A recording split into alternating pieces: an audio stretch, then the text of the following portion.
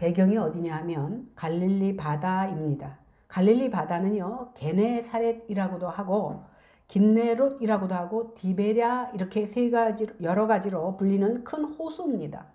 엄밀히 말하면 바다가 아니라 호수지만 고대 히브리어에서는요, 바다나 호수나 구분 없이 물이 많은 것을 통틀어서 얌 이렇게 불렀습니다. 그러다 보니까 그 사람들은 그런 개념 없이 그냥 바다라고도 하고 호수라고도 이렇게 불렀습니다. 이 호수는요, 넓은 곳이 폭이 21km나 되고 그 길이는 가장 긴 곳이 11km나 됩니다. 21km 그러면 거의 강남 가는 데잖아요. 그러니까 얼마나 큰지 알겠죠. 그래서 총 둘레가 53km나 되는 굉장히 큰 호수입니다. 그래서 그곳 사람들은 이 호수를 바다다, 갈릴리 바다다 이렇게 부릅니다. 저도 옛날에 갔다 왔는데 비는 부슬부슬 내리는데 배를 타고 한 바퀴 도는데 꽤 걸렸던 것 같아요. 이렇게 크다 보니까. 아무튼 이 호수는요, 물반 고기반이라고 말할 정도로 물고기들이 굉장히 많이 살고 있었습니다. 어느 날 갈릴리 바다에 사는 한 물고기가 놀다 보니까 반짝반짝 하는 것이 눈에 확 띄는 거예요. 그래서 얼른 그 물고기를 입으로 삼킵니다. 그런데 삼켜지지 않고 이 동그란 물건이요, 목에 삼켜지지도 않고 뱉으려고 하니까 꽉 입에 차가지고 뱉어지지도 않는 거예요. 그래서 캬캬 거려보지만 입 안에서 들어가지도 나오지도 않은 상태가 돼버렸습니다. 이렇게 답답한 시간이 좀 흘렀는데 얼마나 시간이 흘렀는지 알 수 없습니다. 그런데 문득 물고기 앞에 뭐가 흔들흔들 하는 거예요. 그러니까 분명히 먹을 거구나 생각을 하고 자기 입에 뭐가 들어가 있음에도 불구하고 본능적으로 그 먹이 앞으로 다가갑니다. 그랬더니 어떻게 됩니까? 갑자기 윗입술이 찢어지는 것 같이 아파. 낚싯바늘에 걸린 거죠.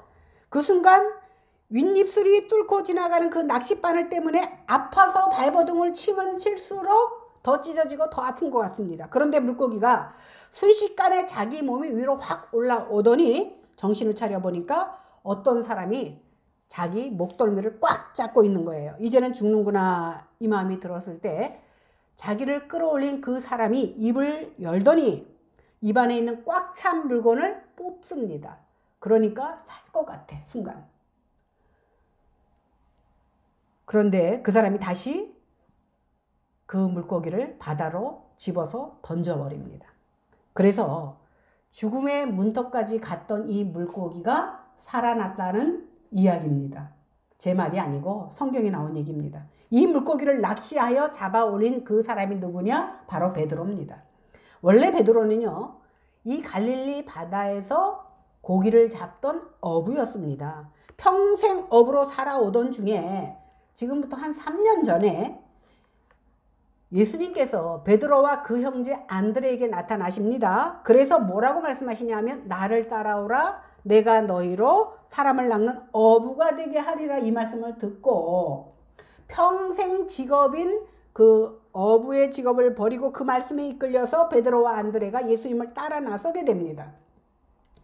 이렇게 예수님의 제자가 된 베드로와 안드레가 그 사람을 그 예수님을 계속 따라다니다 보니까 그분의 행하시는 말과 표적들을 통해서 아, 이분은 하나님의 아들이심을 깨닫게 됩니다. 그래서 마태복음 16장 16절에서 뭐라고 말합니까? 이분은 살아계신 하나님의 아들이요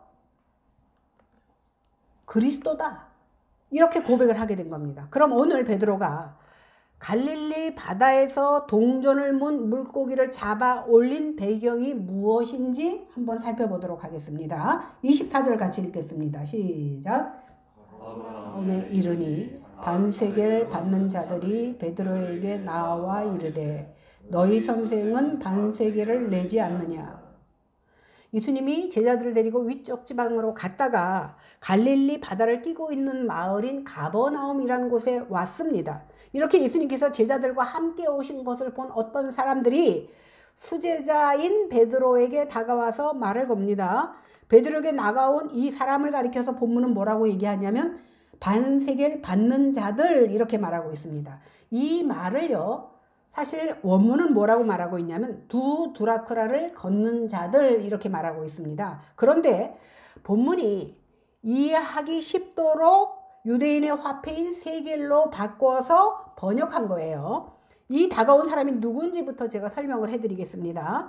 유대인들은요, 세 가지 절기를 지키는데 유월절, 맥추절, 수장절 이렇게 중요한 절기로 3대 절기를 지킵니다. 그 중에서 1년 중에서 제일 처음 맞이하는 절기가 유월절입니다. 이 유월절 되기 한 달 전에는, 다시 말하면 유월절에는 이스라엘의 모든 백성들이 성전으로 올라가기 때문에 성전에 가기 한 달 전에는요, 미성년자나 여자를 뺀 20세 이상 된 남자들에게는 반세겔씩 거두러 다니는 사람들이 있습니다. 세금을 거두러 다닙니다. 이 세금은요, 로마에 바치는 공세가 아니라 연초에 각 집에 나오는 세금인데요. 포로 시대 이후에 유대인들이 자원해서 내던 성전의 유지를 위해서 내던 성전세입니다. 예수님 당시에도 유대인들이 자발적으로 이 세금을 내고 있었는데, 이렇게 세금을 내는 근거가 어디에 있냐면 출애굽기 30장 13절부터 16절에 있습니다. 다 같이 한번 읽어보겠습니다. 시작. 무릇 계수 중에 드는 자마다 세겔로 반세겔을 낼지니 한 세겔은 20게라라. 그 반세겔을 여호와께 드릴지며 계수 중에 드는 모든 자 곧 20살 이상 된 자가 여호와께 드리되 너희의 생명을 대속하기 위하여 여호와께 드릴 때에 부자라고 반세겔에서 더 내지 말고 가난한 자라고 덜 내지 말지며 너는 이스라엘 자손에게 속전을 취하여 회막 봉사에 쓰라. 이것이 여호와 앞에서 이스라엘 자손의 기념이 되어서 너희의 생명을 대속하리라. 그러니까 이것이 이른바 성전세금입니다. 이 성전세는요, 성전에서 제사를 드리거나 성전을 수리하는 데 드는 비용에 사용하는 세금입니다. 아까 말씀드렸지만 원문에는 드라크마 이렇게 되어 있습니다. 근데 우리말 성경에 세겔로 고쳐선 이유는 우리가 출애굽과 연관해서 이해하기 좋도록 번역하는 사람들이 이렇게 번역을 해놓은 겁니다. 아무튼 유대인에서 20세 이상 된 자들은 누구든지 이 성전세를 이틀치, 그러니까 임금의 이틀치, 하루 임금의 2배 되는 금액을, 그러니까 2드라크마를 유대인의 돈으로 반세겔을 내도록 되어 있었습니다. 이 반세는요, 약 데나리온으로 치면 4데나리온. 저는 이렇게 막 복잡해. 제가 이렇게 써서 읽기 때문에 하는 것이지, 뭐 드라크마 나오고 뭐 데나리온 나오고 세겔 나오니까 복잡한데 그냥 외우진 않으셔도 됩니다. 그러니까 이틀치의 임금이니까 백성들이 내기에 사실 있는 사람에게는 아무것도 아니지만 구걸해서 먹는 사람들에게는 굉장히 큰 부담입니다. 그런데 성경에 보면요, 그 성전을 지을 때도 하나님께서 명령하신 것이 부자라고 더 내지 말고 가난한 자고 덜 내지 말고 같이 내라, 동등하게 내라는 것을 볼 수 있는데, 여기서도 뭐냐 하면 20세 이상 된 자는 부자라고 더 내지도 말고 가난하다고 덜 내지도 말고 똑같이 내되, 안 되는 게 뭐냐면 분할은 안 돼요. 한 번에 내야 됩니다. 그리고 이것은 강제력이 있어서 지금으로 말하면 차압까지 당하는 것 같아요. 그만큼 강제력이 있는 겁니다. 왜? 하나님의 명령이기 때문에. 그래서 내가 먹지 못하고 내가 입지 못해도 내야만 되는 것이 바로 성전세입니다. 그런데요, 이렇게 성전세를 거두러 다니는 사람들이 베드로를 딱 보자마자 잘 걸렸다는 식으로 너희 선생은 왜 이 반세겔을 내지 않느냐 이렇게 묻는 겁니다. 그러니까 아마 그때까지 기간이 다 됐는데, 아니면 지났는데도 불구하고 예수님이 안 내고 있었던 거예요. 그러자 베드로의 대답이 25절입니다. 읽어보겠습니다. 시작. 이르되 내신다 하고 집에 들어가니 예수께서 먼저 이르시되 시몬아 내 생각은 어떠하냐. 세상 임금들이 누구에게 관세와 국세를 받느냐, 자기 아들에게냐 타인에게냐. 이 말에서 우리가 알 수 있듯이 예수님한테 물어보지도 않고 베드로는 낸다 대답을 합니다. 왜요? 예수님께서도 전에 성전세를 내는 것도 봤고, 이스라엘 백성이라면 누구든지 20세가 넘은 남자라면 성전세를 내야 되는 것이 당연하기 때문에 예수님도 당연하게 이 세금을 내야 된다 이렇게 생각하고 대답을 한 겁니다. 그런데 베드로가 여기서 놓친 게 있습니다. 그것이 뭐냐면 예수님과 성전의 관계, 또 예수님과 하나님과의 관계를 아직 알지 못하고 있다는 겁니다. 이들은 아무튼 베드로는 이 대답을 한 후에 예수님께서 계신 곳에 돌아왔습니다. 그러나 사실 베드로 마음속에는요, 좀 약간의 걱정이 생겼습니다. 왜 그러냐면 베드로는 물론이고 예수님도 특별한 직업이 없었어요. 그러다 보니까 어떤 정해진 수입이 없었습니다. 그러니 이틀치 임금을 성전세로 바쳐야 한다는 것이 부담스럽지 않을 수가 없습니다. 그래서 이 일을 어떻게 말씀드려야 되나 고민하면서 집에 옵니다. 그런데 집에 오니까 베드로가 말을 꺼낼 틈도 주지 않고 예수님께서 먼저 말을 꺼내십니다. 우리말 성경에는 예수님께서 먼저 이르시되 이렇게 되어 있는데요. 그 원문을 보니까 그냥 간단하게 먼저 말했다 이렇게 되어 있습니다. 이 말의 뜻은 뭐냐면 상대방에게 말할 기회도 주지 않고 앞서서 말씀하셨다라는 뜻입니다. 이 말은 또 무슨 뜻입니까? 베드로에게 말할 기회도 주지 않고 먼저 말씀하셨다는 것은 한마디로 말해서 베드로가 와서 나에게 어떤 말을 할 것인지를 예수님께서 미리 알고 있었다라는 거예요. 그 말은 다시 말해서 이 말을 할 거라는 것도 알고 베드로가 어떤 고민을 가지고 있다라는 것도 예수님께서는 아셨다는 겁니다. 그래서 예수님께서 부드럽게 베드로의 본명인 시몬을 부르시면서 이 세상 왕들의 세금을 누구에게 받는지 묻습니다. 참고로 시몬은요, 갈대라는 뜻을 가진 베드로의 원래 이름입니다. 그런데 예수님을 만나서 예수님이 새로 지어준 이름이 반석이라는 뜻의 개반데 이 개발을 헬라어로 번역한 것이 베드로입니다. 이 질문에 대한 베드로 답변을 보겠습니다. 26절입니다. 시작. 베드로가 이르되 타인에게니이다. 예수께서 이르시되 그렇다면 아들들은 세를 면하리라. 임금은요, 그 나라가 다 자기의 겁니다. 그 나라에 속한 모든 것이 다 자기 거예요. 그러니까 신하도 백성도 다 자기 것이라고 생각하고 있습니다. 그렇기 때문에 그 나라에 사는 모든 사람들은 임금에게 세를 바쳐야 돼요. 근데 여기서 말하고 있는 세금은 국세입니다. 국세란 그 나라의 시민에게 붙이는 인도세라서 일종의 주민세거든요. 이런 세금 제도에 대해서 예수님이 물어본 거예요. 예수님은 누구에게 세금을 내냐고 물어봤는데 베드로는 예수님의 질문에 금방 타인에게 받습니다. 이 타인에게라는 말은 뭐냐면 임금의 가족이 아닌 그 나머지 사람들에게 받는다는 말입니다. 이렇게 베드로가 쉽게 대답을 할 수 있었던 것은 그 당시에 모든 임금들 가족 외에는 모든 백성들이 다 임금을 향해서 세금을 냈기 때문입니다. 그러자 예수님이 뭐라고 얘기합니까? 맞다.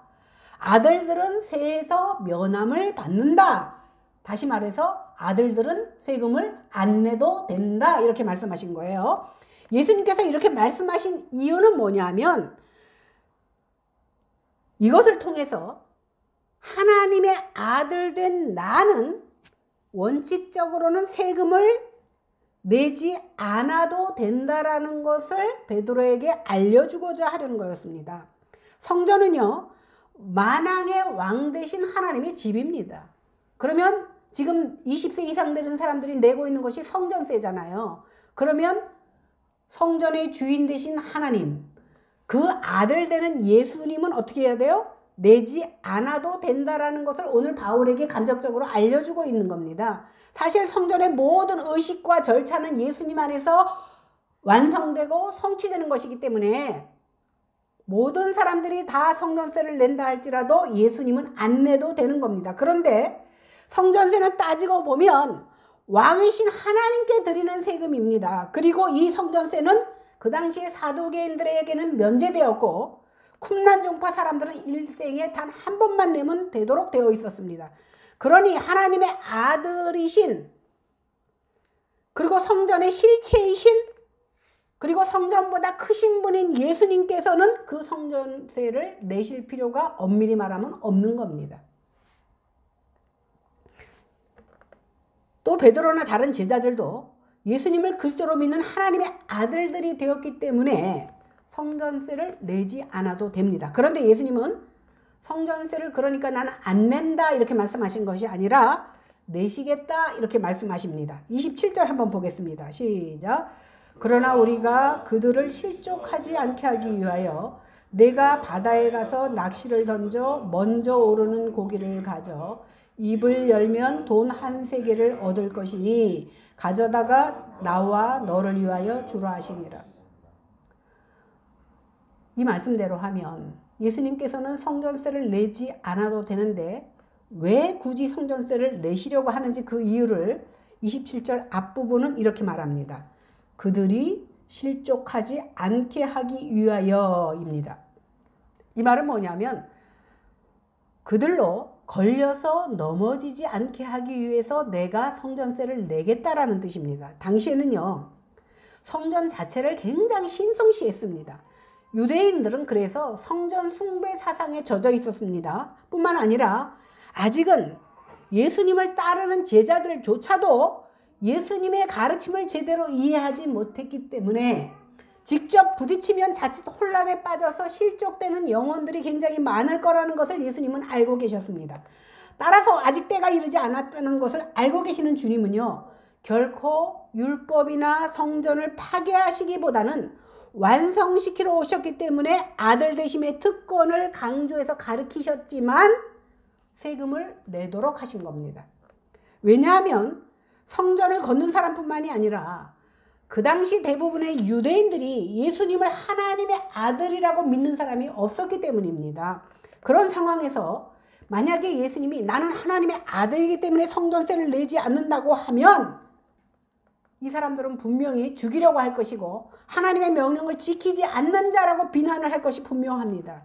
하나님을 예배하기 위해서 내는 성전세까지도 거절한다고 성전을 무시하고 신성을 모독한다고 틀림없이 오해하며 죽이려고 할 겁니다. 그런 일을 미연에 방지하기 위해서 예수님께서는 성전세를 내시겠다 이렇게 말씀하시는 겁니다. 그래서 베드로에게 나와 너 두 사람을 위해서 성전세를 낼 만한 그 동전을 물고기 입에서 가지고 오라는 겁니다. 주님께서 베드로에게 말씀하시기를 내가 바다에 가서 낚시를 던져서 처음 잡히는 물고기의 입을 열면 그 물고기 입 안에 한 세겔의 동전을 발견하게 될 것이다. 그러면 그것을 가져와라. 참 황당한 얘기죠.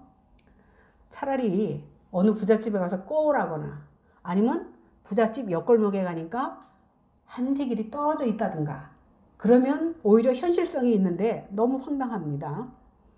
어쨌든 낚시를 해서 물고기 입안에 든 한 세겔의 동전을 꺼내오라고 하는데 베드로가 놀랍습니다. 베드로가 누굽니까? 주님은 그리스도이시여 살아계신 하나님의 아들이라고 고백했던 그 사람이 두 말도 하지 않고 낚시도구를 가지고 바다로 갑니다. 그리고 말씀대로 낚시합니다. 낚싯대를 딱 던지자마자 물고기가 걸린 느낌이 와서 잡아당겼더니 제법 큰 물고기가 잡힙니다. 그래서 그 고기의 입을 딱 여니까 정말 예수님께서 말씀하신 은동전이 하나 들어가 있는 거예요. 그 은동전이 그 물고기가 누굽니까? 아까 제가 초두에 말씀드린 갈릴리에서 반짝거리는 것을 입에 문 물고기예요. 베드로는 은동전을 꺼내고 물고기를 다시 놓아줍니다. 물고기 입안에 있었던 그 한 세겔의 은동전을 가지고 베드로는 예수님께로 옵니다. 이 한 세겔은요, 은동전 중에서도 아주 가치가 큰 동전입니다. 사실 이 동전의 진짜 이름은요, 스타테르 이렇게 말하고 합니다. 이것의 가치는 굉장한데 당시에 일꾼들이 하루 일해서 받는 그 품삯이 얼마였냐면 1데나리온입니다. 이 데나리온은 로마의 동전이에요. 그런데 그 당시에 이 로마의 동전 말고도 같이 쓰이던 동전이 있었는데 그것은 그리스 나라의 동전인데 드라크마다 이렇게 말을 합니다. 물고기 입안에 물고 있었던 그 스타테르라는 동전은요, 4드라크마 동전이에요. 4드라크마의 가치를 하는 동전입니다. 그러니까 1드라크마가 하루 임금이니까 나흘치 임금에 해당하는 거예요. 아까 뭐라 그랬죠? 이틀치 임금을 낸다 그랬잖아요, 한 사람이. 그러니까 두 사람이 내려면 나흘치 임금을 내야 돼. 그러니까 예수님께서는 정확하게 그 스타테르, 1스타테르 동전, 다시 말해서 이틀분 임금에 해당하는 그리스 동전을 건져내신 겁니다. 사실 요즘식으로 계산하면요, 제가 뭐 낱일을 안 해봤지만 하루 일하는데 보통 10만 원 잡으면 나흘치 일하면 40만 원이잖아요. 그러니까 40만 원 가치가 되는 동전을 오늘 낚시질에서 건져온 겁니다. 그런데 성경에서는 세겔로 표현했잖아요. 왜 그러냐면 그 당시에 유대인이 사용하던 돈이 바로 세겔이었습니다. 유대인들의 돈인 한 세겔은요, 다시 말해서 4드라크마. 그러니까 앞에서 설명한 것처럼 물고기 입에서 꺼낸 스타테르라는 이 동전의 가치가 바로 한 세겔인 거예요.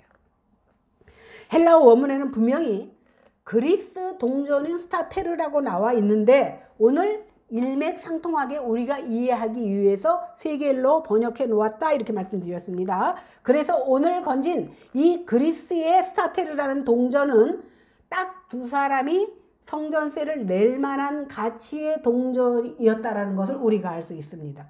예수님은요, 베드로에게 물속에서 꺼낸 이 동전을 나와 너를 위하여 꺼내오라 이렇게 명령하셨습니다. 이렇게 물고기 입속에서 꺼낸 은동전으로 예수님과 베드로 두 사람의 몫의 성전세는 어떻게 되었어요? 해결됐어요. 여기까지가 오늘 본문입니다. 그럼 이 본문을 통해서 주일학교 애들처럼 야, 우리 하나님은 신비하게 낚시질하게 하니까 물고기를 건지게 하시고 그 속에 그 동전이 있었어. 이것을 가르쳐 주려고 우리에게 이 말씀을 하셨을까요? 여러분, 우리가 알다시피 마태복음은 28장까지 있습니다. 그 중에 오늘 본문은 17장에 속해 있습니다. 그러니까 이 본문을 이해하기 위해서는요, 예수님께서 성전세를 내셨냐? 어떻게 내셨냐? 물고기를 잡아왔느냐? 안 잡아왔느냐? 하나님께서는 어떠하다? 그것을 가르쳐 주려고 오늘 본문을 쓴 것이 아니라는 겁니다. 이 본문을 우리가 이해하려면 마태복음이 말하는 기록 목적을 이해하면 같은 맥락에서 이해할 수 있다는 겁니다. 마태복음 전체의 목적은 한마디로 첫 장 첫 구절의 표현대로 아브라함과 다윗의 자손으로 오시는 예수님, 즉 왕으로 오시는 예수님에 대해서 설명하기 위해서 오늘 말씀도 주신 거예요. 다시 말해서 우리가 참고로 보면은요, 우리가 공관복음을 읽을 때에 마태복음을 읽을 때에는 왕으로 오신 예수님을 비춰서 설명한 것이 마태복음입니다. 마가복음은요, 종으로 오신 예수님에 대해서 우리가 바라보면 이해가 쉽습니다. 누가복음은 인자로 오신 예수님을 바라보면서 읽으면 그 이해가 쉽습니다. 따라서 오늘 본문도 그런 목적 안에서 생각해 보면 오늘 본문에서 우리는 예수님을 어떤 분으로 묘사하고 있는지 알게 된다는 거예요. 특별히 두 가지 사실이 눈에 띄는데 25절에 보니까 예수님은 베드로가 오기도 전에 밖에서 누굴 만났고 무슨 일이 있었는지 어떤 고민을 하고 있는지 알고 계셨어요. 그래서 그에게 먼저 질문하십니다. 그리고 그가 가지고 있는 고민까지도 해결해 주시는 모습을 25절에서는 설명하고 있습니다. 그 다음에 26절에 보면 자신이 하나님의 아들 되심을 증거하십니다. 거기다 27절에 보면 성전세를 낼 만한 액수가 그 동전이 물고기 입안에 있는데 그 물고기를 잡는 시간, 장소까지도 예수님께서는 아셨어요. 이것을 통해서 예수님께서 진짜 하나님의 아들 되심을 우리에게 보여주고 있습니다. 그러니까 그냥 말로만 신분적으로만 하나님의 아들 되는 것이 아니라 하나님의 모든 능력을 가지고 계시고 모든 문제를 해결할 수 있는 분이 바로 예수님이라는 사실을 알 수 있었고 한낱 미물인 물고기까지도 다스리시는 하나님의 아들 되심을 오늘 우리에게 보여주고 있는 겁니다. 이분이 바로 우리가 믿는 예수 그리스도이십니다. 주님은요, 그 당시에 베드로의 사정과 형편만 하신 것이 아니라 지금 우리의 고민과 우리의 상황과 우리의 모든 아픔과 걱정까지도 알고 계시는 분이라는 사실입니다. 그리고 이 문제를 다 해결해 주실 수 있는 분이에요. 예수님은요, 남들이 오해하지 않도록 물고기 입에서 성전새를 낼 동전을 건져오게 하셨습니다. 그러니 예수님을 믿는 우리에게는 어떻게 하시겠습니까? 그런데 우리는요, 우리의 믿음 없음으로 예수님을 제한해버리고 가둬버렸습니다. 왜? 자기의 신앙만큼 가둬버렸어. 그래서 많은 사람들이 기도한다고 들어줘요. 그런 얘기 많이 합니다. 자기 믿음이 고만하면 안 들어주십니다. 당연히. 그래서 안 들어주실 예수님 앞에 기도하지 않고 내가 해결하겠다고 이리 뛰고 저리 뛰고 합니다. 그래서 무엇을 얻었습니까? 그러나 우리가 믿음을 가지고 하나님의 영광을 위해서 기도하고 살아간다면 주님께서 나의 필요를 주님의 뜻 안에서 다 채워주신다는 사실입니다. 믿는 자의 기도는요, 긴 팔처럼 그 기도가 하늘 보좌 앞에 다다라서 우리가 기도하는 순간에 이미 하나님은 내 기도에 어떤 것을 요구하고 어떤 것을 원하는지를 아시고 계시면서 그 보좌를 움직여 우리의 필요를 다 아시는 주님께서 해결해 주시고 응답해 주신다는 사실을 믿음으로 기도할 때 우리에게 역사가 일어난다는 사실입니다. 주님은 그리스도시요 살아계신 하나님의 아들이라고 고백한 베드로는요, 동전을 물고 있는 물고기를 통해서 다시 한번 예수님께서 어떤 분이신지를 체험하게 된 겁니다. 지금 우리에게 베드로처럼 물고기 안에 동전이 있으니 가서 꺼내오라는 똑같은 경험을 하게 하시지는 않을지라도 우리의 상황에 맞는 여러 방편을 통해서 주님께서는 우리의 삶의 필요를 채워주시는 분임을 믿는 우리가 되어야 된다는 사실입니다. 이런 채워주심은 우리가 진정 예수님을 하나님의 아들로 믿을 때에 경험할 수 있는 겁니다. 불신앙의 눈을 가지고 보면 절대 경험할 수도 없습니다. 또한 하나님을 지켜주고 내가 나서서 일하면 하나님께서 일하도록 내버려 두십니다. 뒷짐지고 그래 해봐라. 그러나 우리의 수고가 커지면 커질수록 그것은 공든 탑처럼 무너져서 결국은 그 탑이 커지니까 나를 상처 입힐 수밖에 없다라는 겁니다. 이제 우리는요, 신앙의 눈을 가지고 주님이 일하심을 바라볼 수 있어야 됩니다. 그리고 주님께서 나에게 뭐라고 말씀하시는지 그 지시하심에 귀를 기울이고 그 지시하심대로 순종할 수 있는 믿음이 우리에게 있어야 됩니다. 그래서 베드로처럼 주는 그리스도시요 살아계신 하나님의 아들이라는 입으로만의 고백이 아니라 진정 우리의 영혼이 주님을 고백할 수 있는 그런 신앙이 될 때에 우리 하나님께서는 우리의 필요를 채워주시고 우리의 육적인 보여지는 필요에 앞서서 우리의 영혼을 살려주시고 그와 더불어 모든 것을 더해주시는 은혜를 주시는 주님이신 줄 이 시간에 믿는 여러분들 되기를 주님의 이름으로 간절히 축원합니다. 기도하겠습니다. 하나님, 부족하고 나약합니다.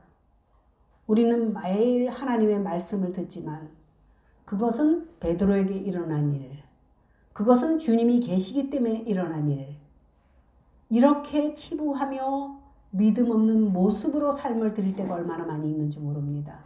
하나님이여, 우리의 믿음 없음을 용서하여 주시고 우리에게 믿음을 더하여 주시어서 오늘 하나님을 하나님으로 보고 순종했던 베드로를 보면서 우리의 삶 가운데서 내가 주님보다 앞서지 않게 하시고 주님이 나에게 뭐라고 지시하시는지 아버지 하나님 귀를 기울여 그 말씀에 순종하는 모습으로 삶을 드리는 저희들이 다 되게 하여 주시옵소서. 감사드리며 예수님 이름으로 간절히 기도했사옵나이다. 아멘.